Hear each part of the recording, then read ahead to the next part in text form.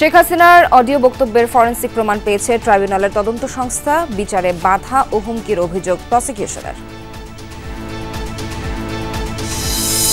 নতুন ঘর পেয়ে উচ্ছ্বসিত 4 জেলার 300 বানভাসী। যে কোনো দুর্যোগে পাশে থাকার আশ্বাস প্রধান উপদেষ্টার। বন্যা দুর্গত পরিবারসমূহের পাশে দাঁড়াতে পারি আমরা সত্যি আনন্দিত। একত্রে কাজ করার, দুর্যোগ মোকাবেলা করার এবং সৎভাবে করার যে দৃষ্টান্ত স্থাপন করলাম, এটা আমাদের সবাইকে উদ্বুদ্ধ করবে।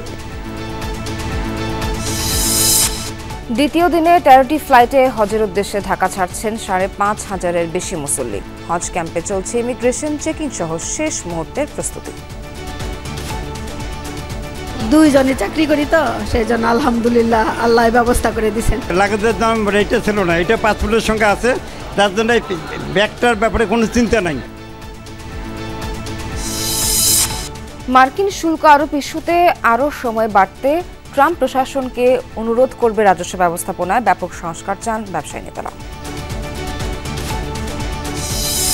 নকশা বহির্ভূত রেস্তোরাঁ লাইসেন্স বাতিল করায় আন্দোলনের হুঁশিয়ারি। যে কোনো সময় উচ্ছেদ অভিযান বলছে দক্ষিণ সিটি কর্পোরেশন।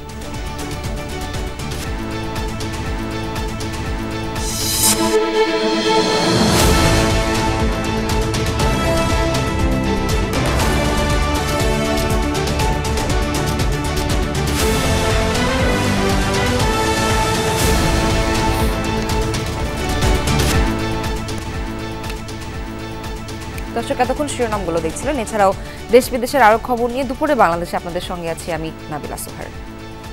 226টি মামলা হয়েছে, 226 জনকে হত্যার লাইসেন্স পেয়েছি। শেখ হাসিনার এমন অডিও বক্তব্যের ফরেনসিক প্রমাণ পেয়েছে আন্তর্জাতিক অপরাধ ট্রাইব্যুনালের তদন্ত সংস্থা। বিচার কাজে বাধা ও হুমকি দেওয়ার অভিযোগে এবার আদালত অবমাননার অভিযোগ উঠেছে শেখ হাসিনার বিরুদ্ধে। এ বিষয়ে বিস্তারিত জানাতে ট্রাইব্যুনাল থেকে এই মুহূর্তে যোগ দিচ্ছেন সহকর্মী আশিক মাহমুদ। যাচ্ছে আশিকের কাছে। আশিক, শেখ হাসিনার আদালত অবমাননার বিষয়ে সবশেষ কি তথ্য পেয়েছেন, বিস্তারিত একটু জানাবেন। সোহার, আজকে আন্তর্জাতিক অপরাধ ট্রাইব্যুনালে প্রসিকিউশন টিম শেখ হাসিনার বিরুদ্ধে আদালত অবমাননা এবং ট্রাইব্যুনালের বিচার কাজ বাধা সংক্রান্ত একটি আবেদন করা হয়েছিল এবং সেই আবেদনের উপর আজকে এই আন্তর্জাতিক অপরাধ ট্রাইব্যুনালের শুনানি হয়েছে এবং সেই শুনানিটা এখনও চলছে। আমরা যেমনটি জেনেছি আদালতে যে এই শুনানিতেই প্রসিকিউশন টিম তারা জানিয়েছেন যে শেখ হাসিনার যে অডিওটি পাওয়া গিয়েছিল, শেখ হাসিনা ক্ষমতাচ্যুত হওয়ার পরেই 5 আগস্টের পরে যখন তার বিরুদ্ধে একের পর এক হত্যা মামলা হচ্ছিল, তিনি ভারতে বসে একজন নেতার সাথে কথা বলছিলেন এবং সেই কথায় তিনি বলেছিলেন যে 226টি মামলা হয়েছে আমার বিরুদ্ধে, অর্থাৎ 226 জনের নাম পরিচয় সব আছে, তাদের নাম পরিচয় নিয়ে রাখো। এই 226 জনকে হত্যার লাইসেন্স তো পাওয়া গেছে, এরা কোথায় যাবে, এদের সকল কিছু খোঁজখবর নিয়ে এদের বাড়ি ঘর কোথায় আছে সবকিছু খুঁজে দেখো। এই একটি অডিও রেকর্ড প্রসিকিউশন টিম তখন উদ্ধার করেছিল। এই ঘটনায় তখন চরম বিতর্ক হয়েছিল সামাজিক যোগাযোগ মাধ্যম থেকে শুরু করে সবখানে। এই অডিওটি উদ্ধার করে প্রসিকিউশন টিম ট্রাইব্যুনালে জমা দিয়েছিল এবং পরবর্তীতে ট্রাইব্যুনাল এই অডিও রেকর্ডটি ফরেনসিক প্রতিবেদনের জন্য পাঠিয়েছিল যে ফরেনসিক করে এই অডিওটি আসলে কার, সত্যি শেখ হাসিনার কিনা বা এই অডিওটির সত্যতা কতটুকু, এটা জানার জন্য ফরেনসিক প্রতিবেদনের জন্য পাঠানো হয়েছিল। সেই ফরেনসিক প্রতিবেদনের রিপোর্টই তদন্ত সংস্থা হাতে পেয়েছে এবং তদন্ত সংস্থার পক্ষে আজকে প্রসিকিউশন টিম আদালতকে জানিয়েছে যে এই যে 226 জনকে মারার লাইসেন্স পেয়েছি, এই যে অডিও রেকর্ডটি, সেই অডিও রেকর্ডটি আসলে শেখ হাসিনার এবং ফরেনসিক প্রতিবেদনে তার প্রমাণ পাওয়া গেছে বলে তদন্ত সংস্থা প্রসিকিউশন টিমকে জানিয়েছে এবং প্রসিকিউশন টিম আজকে আদালতে এই বিষয়টি উপস্থাপন করছে এবং আদালতের দৃষ্টি আকর্ষণের চেষ্টা করেছে যে 226 জনকে পরবর্তীতে 226 জনকে এই যে মামলা করেছে, এই মামলা করার প্রেক্ষিতে 226 জনকে মেরে ফেলা যাবে, এই লাইসেন্স তিনি পেয়েছেন।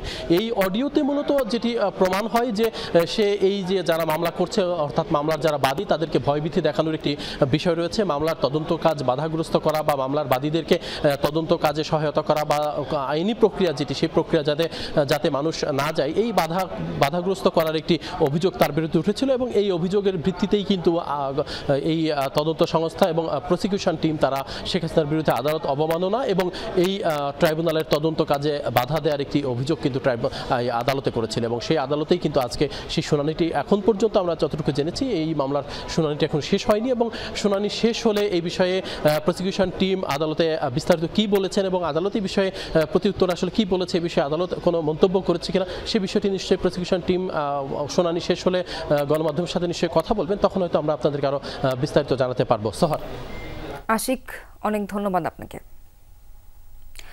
যাত্রাবাড়ী ও ভাটারা থানার পৃথক দুটি হত্যা মামলায় সালমানের রহমান সাবেক আইজিপি চৌধুরী আব্দুল্লাহ মামুনের 3 দিন করে রিমান্ড মঞ্জুর করেছেন আদালত। এছাড়া বাড্ডা থানার হত্যা মামলায় সাবেক আইনমন্ত্রী আনিসুল হককে 2 দিনের রিমান্ড মঞ্জুর করা হয়। বুধবার ঢাকার chief metropolitan magistrate GM Farhan ইশতিয়াকের আদালতে আসামিদের হাজির করে বিভিন্ন মেয়াদে রিমান্ড আবেদন করে পুলিশ। উভয় পক্ষে শুনানি শেষে আদালতে আদেশ দেন। এছাড়া রাজধানীর বিভিন্ন থানার হত্যা মামলায় আনিসুল হক, সালমানের রহমান, সাবেক মেয়র আতিকুল ইসলাম ও সাবেক আইজিপি চৌধুরী আব্দুল্লাহ মামুনকে নতুন করে গ্রেফতার দেখানো হয়েছে। আদালতকে তদন্ত কর্মকর্তা জানান, জুলাই আন্দোলনকে প্রতিহত করতে অভিযুক্তরা প্রত্যক্ষ ও পরোক্ষভাবে যুক্ত ছিলেন।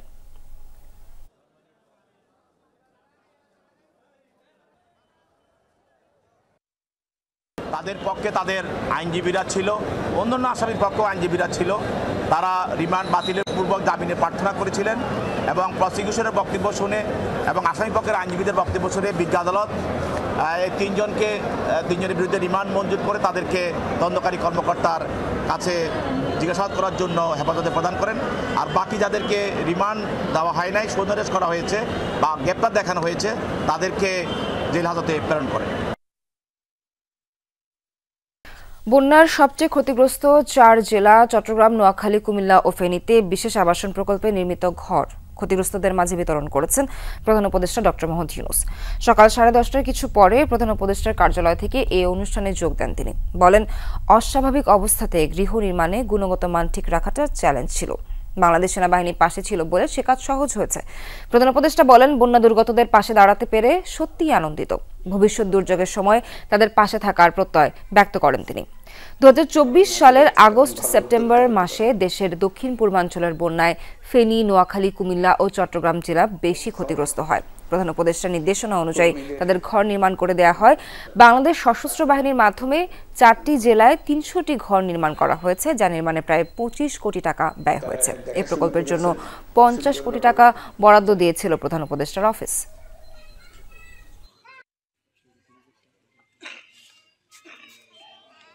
বন্যা দুর্গত পরিবার সমূহের পাশে দাঁড়াতে পারি আমরা সত্যি আনন্দিত। যেখানে আছেন আমরা অশেষ কৃতজ্ঞ। এই দুর্যোগের দিনে আপনারা সামনে এগিয়ে এসেছিলেন এবং সুন্দরভাবে এই বাড়ি নির্মাণ করে দিয়েছেন। তো কাজে এটা একটা ছোট্ট প্রকল্প,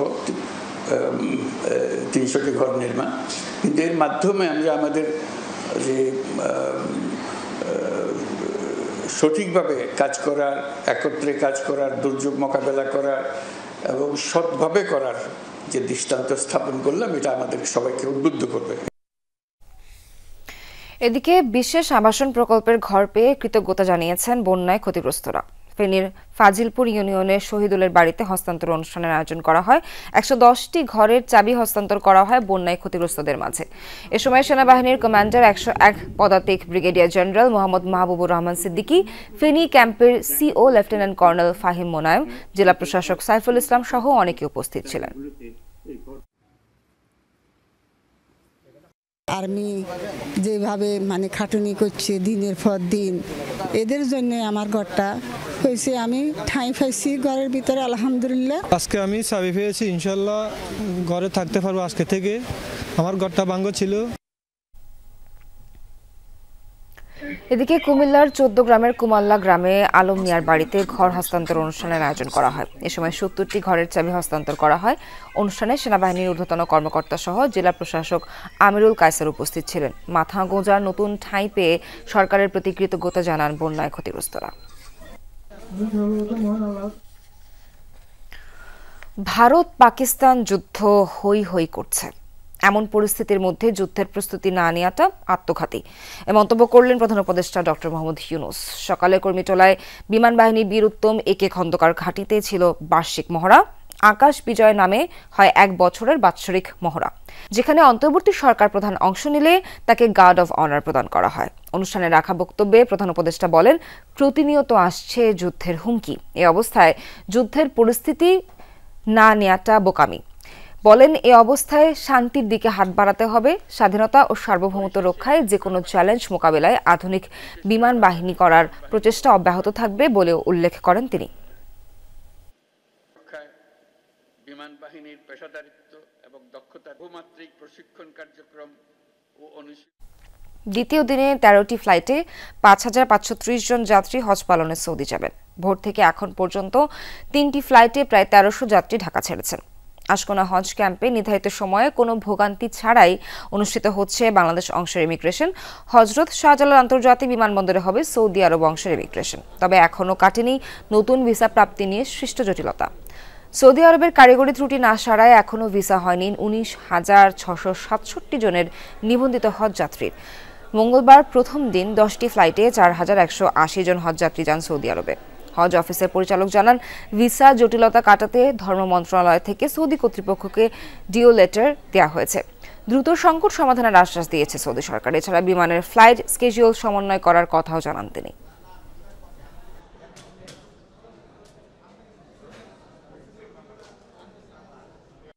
দুইজনে চাকরি করি তো সেই জন্য আলহামদুলিল্লাহ আল্লাহ ব্যবস্থা করে দিয়েছেন। আমি এটা অনেক বছর ধরে স্বপ্ন করে রাখছি যে আমি হজ কাফেলা মানে হজে যাব, বড় হজে।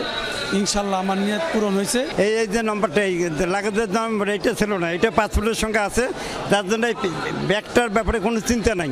এখন পর্যন্ত আলহামদুলিল্লাহ সবগুলো ফ্লাইটই যথাযথভাবে পরিচালিত হয়েছে এবং আমাদের হজ যাত্রীগণ তাদের প্রত্যাশা মতোই সৌদি আরবের মধ্যে পৌঁছে গেছেন। এ বিষয়ে বিস্তারিত জানাতে আশকোনা হজ ক্যাম্প থেকে যুক্ত হচ্ছেন সহকর্মী আরিফিন শাকিল। আরিফিন, ভিসা জটিলতার সমাধান কি কোনোভাবে হলো? সার্বিক পরিস্থিতি এখন সেখানকার কেমন দেখছেন? হজযাত্রীরা কি বলছে? ধন্যবাদ নাবিল। এখন পর্যন্ত ভিসার যে জটিলতা সেই জটিলতা কাটেনি, বলা হচ্ছে কয়েকদিনের মধ্যে কাটবে। তবে ঠিক কতদিনের মধ্যে কাটবে সেই তথ্য কিন্তু হজ অফিস থেকে নিশ্চিত করা যায়নি। বাংলাদেশ সরকারের পক্ষ থেকে সৌদি আরবের কাছে বা সৌদি কর্তৃপক্ষের কাছে অনুরোধ করা হয়েছে তারা যেন দ্রুততার সঙ্গে বাংলাদেশের যে প্রায় 19,500 যে ভিসা এখনও বাকি রয়েছে সেই ভিসার জন্য তারা ব্যবস্থা করে দেন, অর্থাৎ সেই জটিলতা কাটানো হয়। আপনি হয়তো ছবিতে দেখতে পাচ্ছেন বাংলাদেশ বিমানের BG 337-এর যাত্রীরা 419 জন যাত্রী, এই 19 জন তাদের এখন ইমিগ্রেশন সম্পূর্ণ হচ্ছে, অর্থাৎ বাংলাদেশের অংশের ইমিগ্রেশন এই আশকোনা হজ ক্যাম্পে সম্পন্ন হচ্ছে। এখান থেকে তাদেরকে হজরত শাহজালাল আন্তর্জাতিক বিমানবন্দরে কিছুক্ষণ পরে নিয়ে যাওয়া হবে এবং সেখানেই তাদের সৌদি অংশের ইমিগ্রেশন সম্পন্ন হবে। নাবিলা, এর আগে একটা তথ্য আপনাকে জানাতে চাই যে আজ এখন পর্যন্ত 6 জন ভিসা পায়নি বলে আমরা নিশ্চিত হয়েছি। এর মধ্যে সাথে আরও 2 জন যারা মাহরাম অর্থাৎ তাদের হাজব্যান্ডের হয়েছে, কিন্তু তারা স্ত্রীর হওয়ার কারণে তারা যেতে পারছেন না, অর্থাৎ মাহরাম সংকটের কারণে তারা যেতে পারেনি। মোট 8 জন আজকে সকাল থেকে যে 4টি ফ্লাইট ঢাকা ছেড়ে গেছে তার মধ্যে 8 জন যেতে পারেননি এবং এই 8 জনের বিষয়ে পরবর্তীতে সিদ্ধান্ত নেওয়া হবে। গতকালও প্রায় 36 জনের মতো যাত্রী, যাদের মধ্যে 20 জন ভিসা পাননি, বাকিরা মাহরাম এবং অসুস্থতাজনিত কারণে তারা শেষ পর্যন্ত সৌদি আরব যেতে পারেনি। সেই 36 জন এবং আজকে নতুন করে 8 জন এই যাত্রীদের বিষয়ে আসলে শেষ পর্যন্ত কি সিদ্ধান্ত আসে সেটি এখন আসলে সবচেয়ে বড় বিষয়। কারণ তাদের যে ভিসার যে জটিলতা, অর্থাৎ তাদের তথ্যের গরমিল থাকার কারণে, বিশেষ করে নিবন্ধনের যে তথ্য সেই তথ্যের গরমিল থাকার কারণে সৌদি আরবের সরকার যে নতুন যে ওয়েবসাইট করেছে সেই ওয়েবসাইটে তাদের তথ্য পাওয়া যাচ্ছে না এবং তাদের তথ্য পাওয়ার পরেই মূলত তাদের ভিসা দেওয়ার যে কার্যক্রম সেই কার্যক্রম শুরু হবে, যার ফলে খানিকটা দেরি হতে পারে বলে হজ অফিস থেকে আমাদেরকে নিশ্চিত করা হয়েছে। বলা হচ্ছে তারা চেষ্টা করে যাচ্ছেন, সরকারের তরফ থেকে চেষ্টা করা হচ্ছে যাতে সব যাত্রীরাই যেন শেষ পর্যন্ত যেতে পারেন। যে 87,000 যাত্রী এবার নিবন্ধন করেছেন, 87,100 যাত্রী, এবং 31 মে পর্যন্ত যেহেতু ফ্লাইটের সময়সীমা রয়েছে তারা আশা করছেন যে এর মধ্যে আসলে সকল যাত্রী যেতে পারবেন। এর মধ্যে যারা অসুস্থতাজনিত কারণে যেতে পারবেন না তাদেরটি বাদে বাকি যারা যেতে সক্ষম বা ইচ্ছুক তাদেরকে সবাইকে যেন সৌদি আরবের শেষ পর্যন্ত পাঠানো যায় সরকারের তরফ থেকে এখন কিন্তু সেই চেষ্টাই করা হচ্ছে। সৌদি আরব কর্তৃপক্ষ একটি কমিটি করেছে, তাদের কারিগরি দলের একটি কমিটি করেছে, সেই কমিটি কাজ শুরু করেছে। হয়তো সময় পেতে আরও অনেকখানি বা অনেক দিন সময় লাগতে পারে বলে আমরা নিশ্চিত হতে পেরেছি। নাবিলা। আরিফিন, ধন্যবাদ। রমনা বটমূলে বর্ষবরণ অনুষ্ঠানে বোমা হামলার ঘটনায় হত্যা মামলার আসামিদের ডেথ রেফারেন্স ও আপিলের উপর রায়ের জন্য আগামী 8 মে তারিখ ধার্য করেছেন হাইকোর্ট। সকালে বিচারপতি মোস্তফা জামান ইসলাম ও বিচারপতি নাসরিন আক্তারের সমন্বয়ে গঠিত হাইকোর্ট বেঞ্চ রায়ের দিন ধার্য করেন।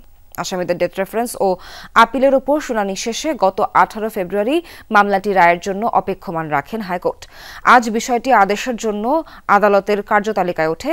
আদালত রায় ঘোষণার জন্য তারিখ ধার্য করেন। 2001 সালের 14 এপ্রিল রমনা বটমূলে বর্ষবরণ অনুষ্ঠানে বোমা হামলায় 10 জন নিহত এবং বেশ কয়েকজন আহত হন।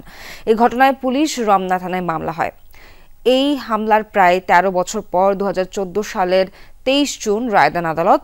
রায়ে নিষিদ্ধ জঙ্গি সংগঠন হরকাতুল জিহাদ বাংলাদেশের শীর্ষ নেতা মুফতি আব্দুল হান্নান সহ 8 জনকে মৃত্যুদণ্ডাদেশ এবং 6 জনকে যাবজ্জীবন কারাদণ্ডাদেশ দেওয়া হয়।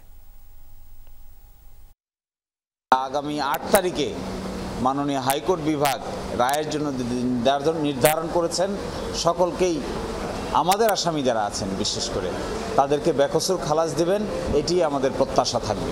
আইন অঙ্গনের অভিজ্ঞতার বিবেচনায় এই মামলায় কাউকে সাজা দেওয়ার কোনো সুযোগ আছে বলে আমরা মনে করি না।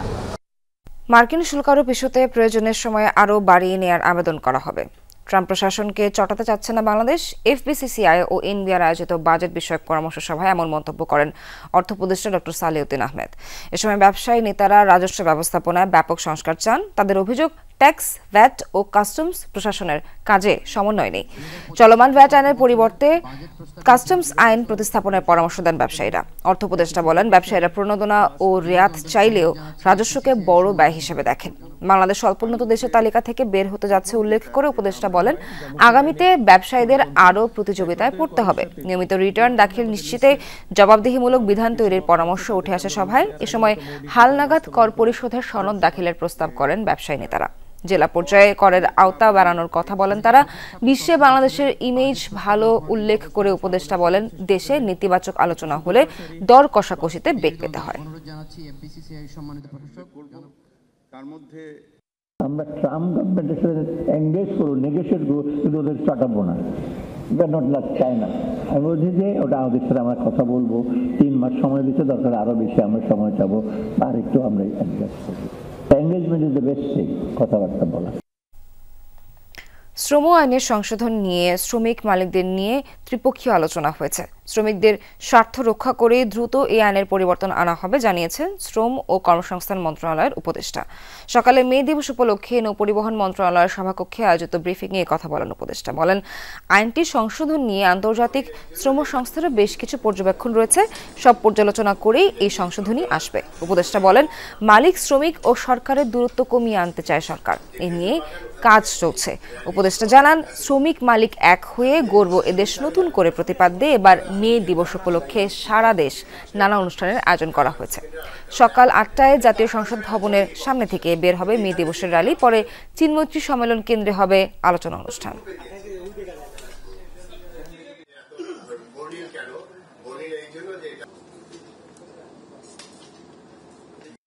শ্রম আইনের অনেক কিছু পরিবর্তন হয়েছে, অনেক। এখন তো পাকাপোক্ত হয়নি, বাট অনেক পরিবর্তন হয়েছে, আলোচনা হয়েছে। আমাদের ত্রিপক্ষীয় আলোচনা হয়েছে।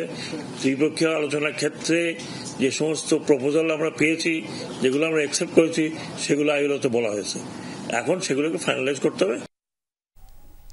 ঢাকা দক্ষিণ সিটি কর্পোরেশন নকশা ও নীতি বহির্ভূত রেস্তোরাঁর ট্রেড লাইসেন্স বাতিল করায় হোটেল রেস্তোরাঁ বন্ধের পাশাপাশি আন্দোলনের হুঁশিয়ারি দিয়েছে মালিকরা। তারা বলছেন, আলাপ আলোচনা ও সময়সীমা না দিয়েই এমন সিদ্ধান্ত এই খাতকে অস্থিতিশীল করার চক্রান্ত।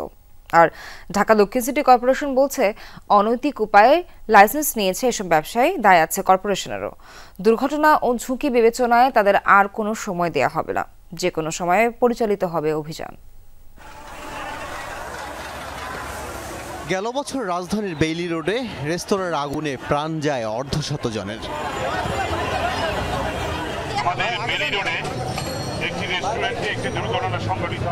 নড়ে চড়ে বসে সরকার, চালানো হয় বেশ কিছু অভিযান, তদন্ত কমিটি আর সরকারি কর্মকর্তাদের হম্বিতম্বিও চোখে পড়ে। তারপর সবকিছুই সেই আগের মতোই।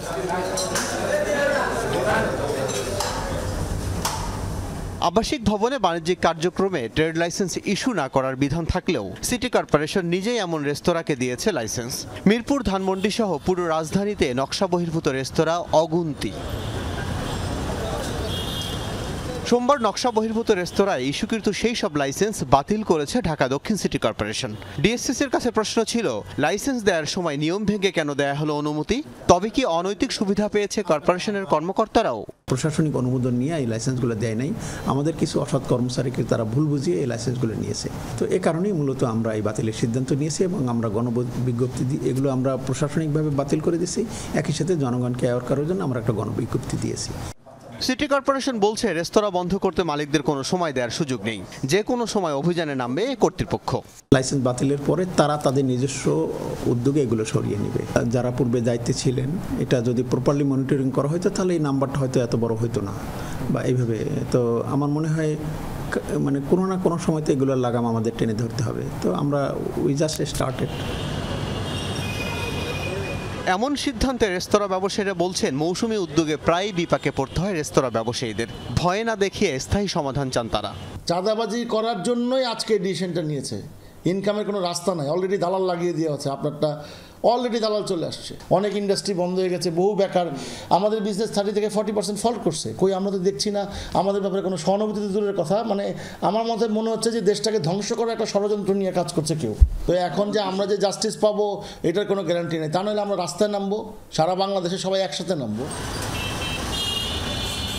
ভোজন রসিক বাঙালির খাবার বিনোদন নিরাপদ রাখতে কথাই নয় কাজেই প্রমাণ দেয় আহ্বান রাজধানীবাসীর। আল আমিন হক, যমুনা নিউজ, ঢাকা। রাজধানী মোহাম্মদপুরে এসে ব্যবসায়ীর অফিসে আবারও গুলি করেছে সন্ত্রাসীরা। ভর দুপুরে মোটরসাইকেলে এসে হেলমেট পরা 2 ব্যক্তি গুলি করে পালিয়ে যায়, যার সিসি ক্যামেরার ফুটেজ যমুনা টেলিভিশনের হাতে এসেছে। এই ঘটনার 1 মাস আগে এই ব্যবসায়ীর অফিসে একইভাবে গুলি চালিয়েছিল দুর্বৃত্তরা। প্রশ্ন উঠেছে, কারা ও কেন বারবার এভাবে গুলি চালাচ্ছে? আইনশৃঙ্খলা বাহিনীর ভূমিকাই বা কি? উত্তর খুঁজেছেন সহকর্মী আশিক মাহমুদ, ছবি তুলেছেন কাউসার হোসেন।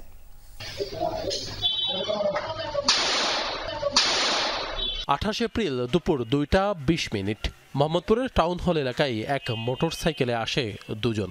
থামে ব্যবসায়ী মনির আহমেদের বাড়ির সামনে। কোনো কিছু বুঝে ওঠার আগেই বাইক থেকে নেমে একজন রিভলভার বের করে গুলি ছোড়ে। এ সময় দিক বিদিক ছুটে জীবন রক্ষা করেন কয়েকজন। পরে সন্ত্রাসীরা মোটরসাইকেলে করে মিরপুর সড়ক ধরে পালিয়ে যায়। হামলার সময় অফিসের ভেতরেই ছিলেন মনির আহমেদ। তার কাছে জানতে চাই ঘটনার বিস্তারিত। একটা হোন্ডা আসলো, 2টা ছেলে, হোন্ডা মুখোশ পরা এবং ভিতরে ওরা হেলমেট পরা। তো ঢুকেছে, আমার দারোয়ানকে জিজ্ঞেস করতেছে, আর তুমি কে এই বাসার দারোয়ান? বলছে হ্যাঁ। তখনই সে পিস্তল কাট করে গুলি করলো। আমি সাথে সাথে দৌড়ে যাই, তারা পালায় যায়। আমাকে তো কিছু বলতেছে না, প্রশাসনও তেমন কিছু বলতেছে না। গুলি করার সময় দৌড়ে জীবন রক্ষা করেন ভবনের দারোয়ান জিহাদ। মৃত্যু আতঙ্কে এখনো ঘুমাতে পারেন না। ওরা গুলি করছে, আমি দৌড় দিতে দিতে ওরা গুলিটা করছে। গুলিটা আইসা লাগে এই যে জায়গা। পুরো আতঙ্কে আমার বুক, আমার পুরো থরথরে কাঁপতাছে, আমার শরীর পুরো কাঁপতাছে। আমি রাতও পুরো ঘুমাইতে পারিনি, খাই আমার ওই কল্পনায় আমি সারা রাত আমি ঘুমাইতে পারিনি, টেনশন। আমি মোহাম্মদপুরের টাউন হল এলাকায় এক ব্যবসায়ীর অফিসে দুর্বৃত্তরা যে গুলি করেছে সেটি সরাসরি এই দেয়ালে লেগেছে, যার ক্ষত এখনও স্পষ্ট।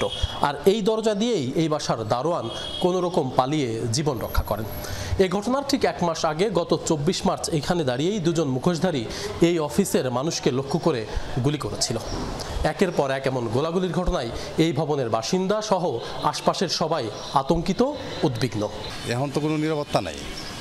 এখন তো মনে হয় যে আগে যাও মনে যে রাস্তাঘাটে বের হইতে পারতাম, এখন তো মনে হয় যে এই ঘটনার পর থেকে এখন বেশি বেরিয়ে হয় না। ভয় লাগে, রাস্তায় চলতেও ভয় লাগে, কার গুলি কার গায়ে লাগে। সরকারের প্রতি আহ্বান জানাচ্ছি যে এই দ্রুত এটার নিষ্পত্তি করতে, আর এবং আমাদের সিকিউরিটিটা যেন ঠিকমতো দেয়।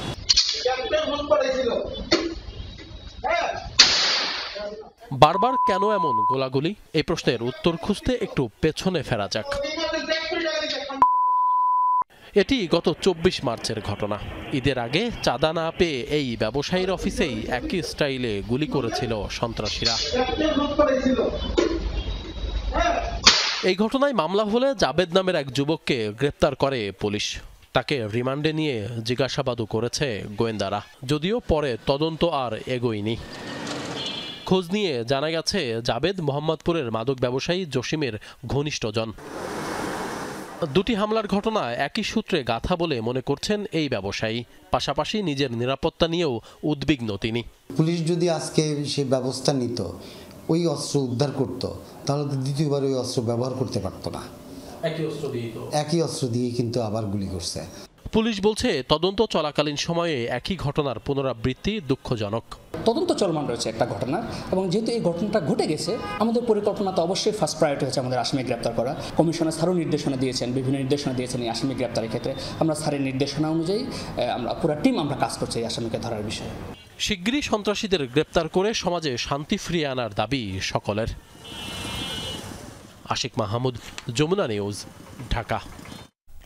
6 দফা দাবি আদায়ে দেশের বিভিন্ন জেলায় পলিটেকনিক ইনস্টিটিউটে দ্বিতীয় দিনের মতো চলছে শাটডাউন কর্মসূচি। তালা ঝুলছে ক্যাম্পাসগুলোর প্রধান ফটকে, বন্ধ রয়েছে একাডেমিক কার্যক্রম। অবিলম্বে জুনিয়র ইনস্ট্রাক্টর পদে ক্রাফট ইনস্ট্রাক্টরদের পদোন্নতির রায় বাতিল, পরিচালক সহ বিভিন্ন পদে কারিগরি শিক্ষা বহির্ভূত নিয়োগ নিষিদ্ধ সহ 6 দাবি মেনে নেয়ার আহ্বান জানান শিক্ষার্থীরা। দাবি বাস্তবায়নের রূপরেখা না দেওয়া পর্যন্ত শাটডাউন কর্মসূচি চালিয়ে যাওয়ার ঘোষণা আন্দোলনকারীদের। তাদের অভিযোগ, আগেই দাবি দাওয়া পূরণে বিভিন্ন সময় আশ্বাস দেওয়া হলেও তা বাস্তবায়ন হয়নি। তবে শাটডাউন কর্মসূচির সাথে একাত্মতা জানায়নি বরিশাল পলিটেকনিকের শিক্ষার্থীরা। আজ থেকে ক্লাসে ফিরেছেন ছাত্রছাত্রীরা।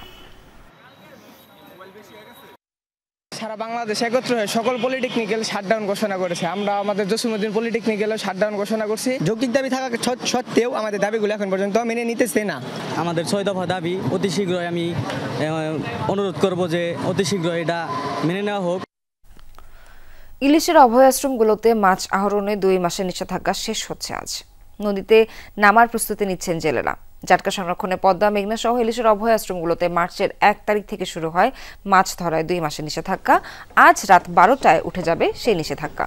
নিষেধাজ্ঞা কার্যকরে এই সময়টায় জেলেদের নিয়ে সভা, মাইকিং, লিফলেট বিতরণের মাধ্যমে সচেতনতামূলক কার্যক্রম চালায় প্রশাসন। এছাড়া নদীতে নিয়মিত অভিযান চালানো হয় বলেও জানান মৎস্য বিভাগের কর্মকর্তারা। তালিকাভুক্ত জেলেদের দেয়া হয় খাদ্য সহায়তা। 2 মাসের নিষেধাজ্ঞা শেষে নদীতে কাঙ্ক্ষিত ইলিশ মিলবে বলে আশা জেলেদের।